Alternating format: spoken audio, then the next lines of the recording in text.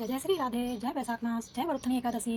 युधिष्ठिर ने पूछा, हे वासुदेव, वैशाख मास के कृष्ण पक्ष में किस नाम की एकादशी होती है? कृपया उसकी महिमा बताइए। भगवान श्री कृष्ण बोले, राजन, वैशाख गुजरात महाराष्ट्र के अनुसार चैत्र कृष्ण पक्ष की एकादशी वरुथनी के नाम से प्रसिद्ध है। यह इस लोक और परलोक में भी सौभाग्य प्रदान करने वाली है। वरुथनी के व्रत से सदा सुख की प्राप्ति और पाप की हानि होती है। वरुथनी के व्रत से ही मानधाता तथा धुंधुमार आदि अन्य अनेक राजा स्वर्गलोक को प्राप्त हुए हैं। जो फल 10,000 वर्षों तक तपस्या करने के बाद मनुष्य को प्राप्त होता है, वही फल इस वरुथनी एकादशी का व्रत रखने मात्र से प्राप्त हो जाता है।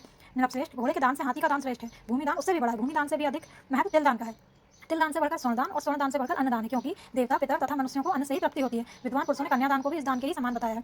कन्यादान के तुल्य ही गाय का दान है। यह साक्षात भगवान का कथन है। इन सब दानों से भी बड़ा विद्यादान है। मनुष्य वरुथनी एकादशी का व्रत करके विद्यादान का भी फल प्राप्त कर लेता है। जो लोग पाप से मोहित होकर कन्या के धन से जीविका चलाते हैं, वे पुण्य का क्षय होने पर याद नामक नरक में जाते हैं।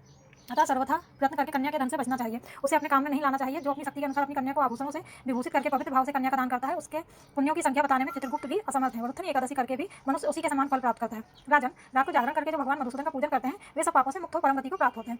अतः पाप भीरू मनुष्यों को पूर्ण प्रयत्न करके इस एकादशी का व्रत करना चाहिए। यमराज से डरने वाला मनुष्य अवश्य वरुथनी एकादशी का व्रत करे। राजन, इसके पढ़ने और सुनने से सहस्त्र गोदान का फल मिलता है और मनुष्य पापों से मुक्त होकर विष्णु लोक में प्रतिष्ठित होता है। सुयोग पाठक इसको पढ़े, सुने और गोदान का पुण्य लाभ प्राप्त करे। जय श्री हरि, जय श्री एकादशी। राधे।